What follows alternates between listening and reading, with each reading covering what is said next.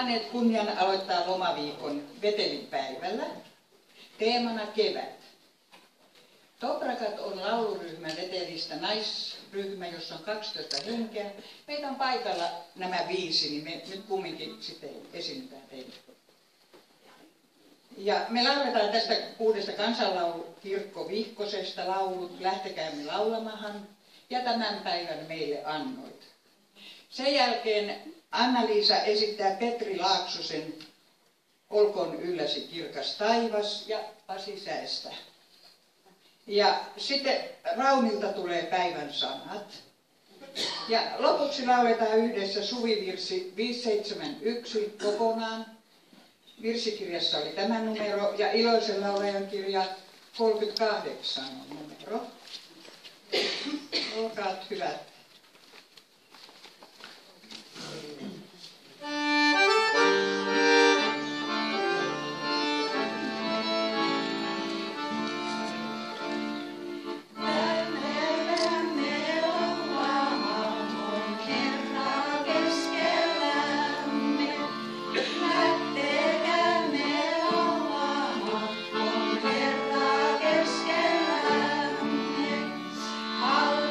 Pitkä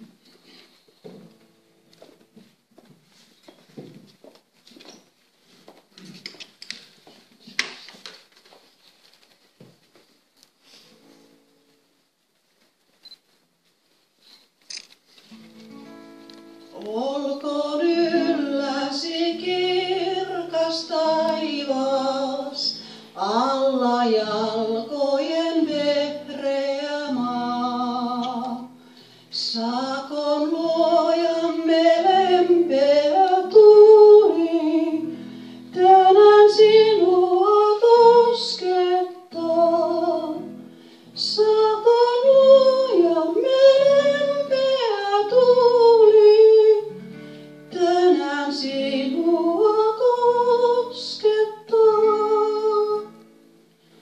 Metsän lintujen juhlakansa, serenaadia sinulle soi. Meren aaltojen keveä kuohu, sinun kanssasi karkeloi. Meren aaltojen keveä kuohu, sinun kanssasi karkeloi. Olkoon malliasi rauha täynnä, keinut sylissä rakkauden. Sinut ympäröi Jumalan hyvyys, onnen toivotus ystävien. Sinut ympäröi Jumalan hyvyys, onnen toivotus ystävien.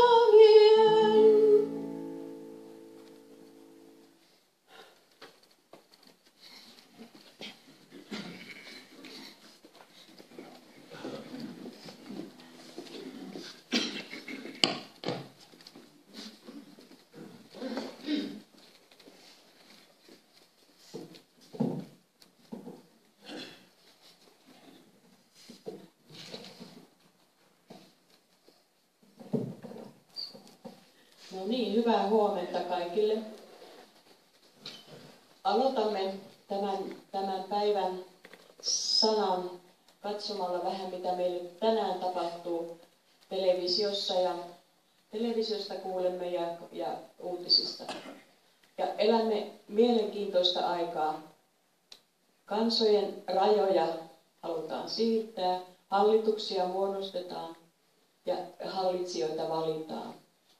Ja nämä meidän Pertti Kurikan nimipäivien harmistelemme, että Pertti Kurikan nimipäivät ei päässyt jatkoon, mutta paljon he voittivat jo ja onnitellaan heitä siitä.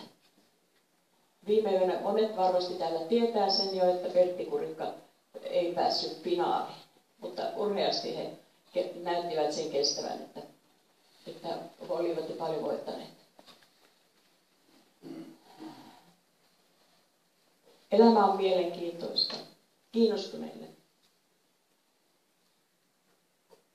On hyvä, että jaksamme olla kiinnostuneita sekä Pertti Kurikasta, että Lehmirannan kohtalosta, että Lehmirannan väen jaksamisesta.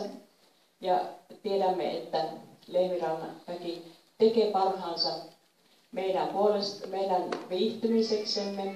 Mehän tullaan tänne niin kuin kotiin. Kun me noustaan tuota mäkeä tuosta ylös, niin tuntuu tosi kotoisalta, kun siellä on vastassa Seijaa ja Senikkaa ja Merviä. Ja olemme, ainakin minä tunnen täällä aina olevani kuin kotonani. Ja varmasti tänne kotiutuu nekin, jotka täällä on ensimmäistä kertaa.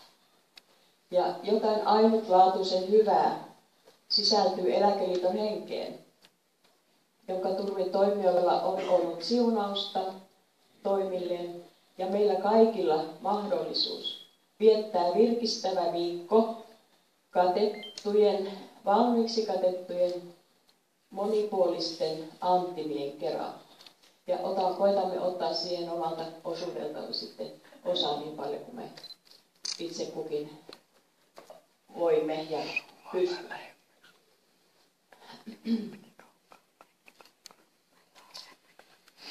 Meistä näyttää vähän valoisammalle tämä yleensä Eläkeliiton ja Lehmirannan kohtalo, vaikka paljon pettymyksiä on ollut siitä, että Karemajat piti luovuttaa tai myydä pois, samaten Haukiranta. Teissä on paljon väkeä, jotka on näissä molemmissa paljon aikaa viettänyt. Mäkin en ole valitettavasti Haukirantaa nähnyt, mutta Karemaja tuttuja oli myös rakas paikka.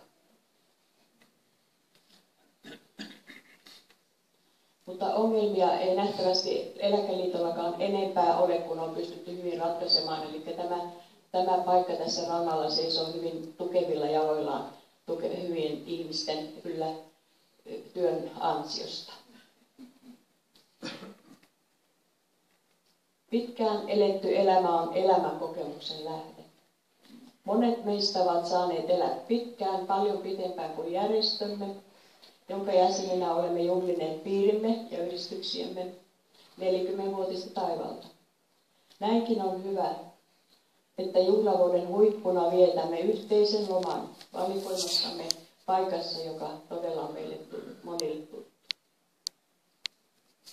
Ja ensimmäistä kertaa täällä olevat kotoutuvat tänne varmasti hyvin.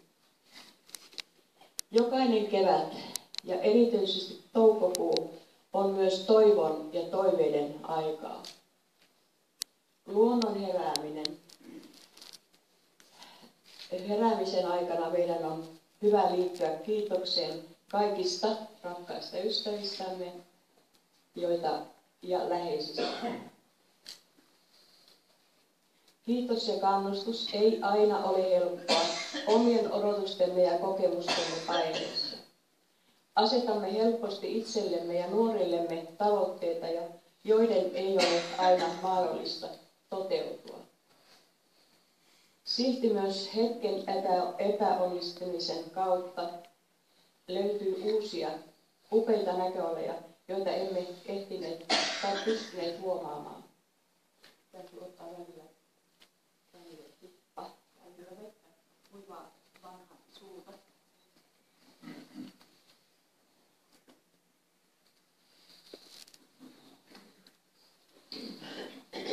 Aamuisin tarkkaa aikaa. Olisi hyvä, jos silloin tällöin voisimme pysähtyä ajattelemaan hetken ja yleensäkin meille annetun ajan merkitystä. Voisimmekohan paremmin valita oikeita sanoja oikeaan aikaan, muistaen, että mielestämme pienetkin sanat voivat vaikuttaa ratkaisevasti elämään ja ne voivat pysyä muistoissamme koko elämän ajan kannustaen taikka lannistaen. Osaisimmeko silloin kohdata lähimmäisemme vain olemalla läsnä, silloin kun elämä antaa pahintaa taikka parastaan? Tai valita sanamme oikein hänen tuekseen ja ilokseen? Ajan merkityksen voi ymmärtää. Ja ymmärrys voi auttaa meitä valitsemaan sanojamme jonkun elämän tärkeällä hetkellä, kun kohtaamme opiskelijan, joka ei valmistunut tänä keväänä, vaan reputti vuosikurssinsa. Ja kun kohtaamme potilaan, joka sai huonon ennusteen sairaudestaan, tai omaisen, joka on juuri menettänyt rakkaansa. Nuoret, jotka ovat sitoutuneet liittoon pysyäkseen yhdessä koko elämänsä ajan. Työttömän, joka etsii työtä ja hyvän elämän edellytyksiä pitkään onnistumatta. Vanhuksen, joka kokee yksinäisyyttä ja elämänsä tarpeettomaksi. Lapsen, joka tarvitsee aikuisen läheisyyttä ja rakkautta. Pienet sanat ja myös jotkut ihanat muistot ja muistikuvat voi nähdä sielun silmillä koko elämänsä ajan kirkkaissa muistoissa. Yksi omista kauneimmista muistoistani on tämä. On kaunis toukokuun lopun aamupäivä. Itä-Helsingin Portin päiväkodin lapsia matkalla kevätjuhlaansa läheisimpään kappeliin lähes 20 vuotta sitten. Omat matkaseuralaiseni olivat 3 lastani, poika noin 5-vuotias, 2 siskoaan alle 4-vuotiaita, jotka ovat kaksosia, ja heidän äitinsä. Matka vie keväisen puiston reunaa päällystettyä katua pitkin. Puiston puut ovat valkoisessa kukassa.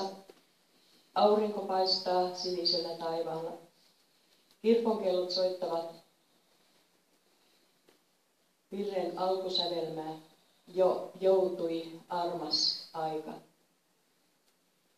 Me kaikki muut 4 kuljimme rauhaisesti kohti kirkkoa, mutta pienempi kaksosista, joka yleensäkin rakasti liikkumista niin, että sanoimme, että vain varpaat koskettivat maata kevyen menon aikana. Mietteessäni voin nähdä koko ikäni tämän maalauksellisen näyn, kun suljen silmäni. Kellot soittavat. Vaaleaan juhlamekkoon puettu pieni tyttö hyppii pitkin kadun reunakivetystä, iloinen hymy kasvoillaan. Silloin mieleen tuli pyyntö. Mitä tahansa hänen elämässään tapahtuukin, olisi hänen elämänsä aina taivaan Isän suojeluksessa. Nyt kun kaikki 3 ovat jo aikuisia, ja tämän tarinan tytölläkin on jo 1,5-vuotias ihana tyttö, jonka jalat ovat yhtä keväät kuin äidillänsä aikanaan. On hyvä muistella, nämä muistot säilyvät tästä puistomatkasta, kirkkomatkasta koko lopun elämääni. Seesteisempään ikään jo ehtineinä ja uuden kevään puhkeamisesta kiitollisena muistelemme omia ihania ja kipeitäkin keväitämme. Sekä muistaen omia nuoriammekin talven puurtamisen jälkeen laulamme yhdessä. Laulakaamme kevätvirsi, joutui armas aika. Ja saamme taustalta Mauria sinne. Mauria ja tytöt tulevat laulamaan. Tytöt tulee laulamaan sieltä. Tämä esi laulaa meille. Ja yhtykään me kaikki tähän kevätlauluun, joka on niin nyt kaikuu monissa paikoissa.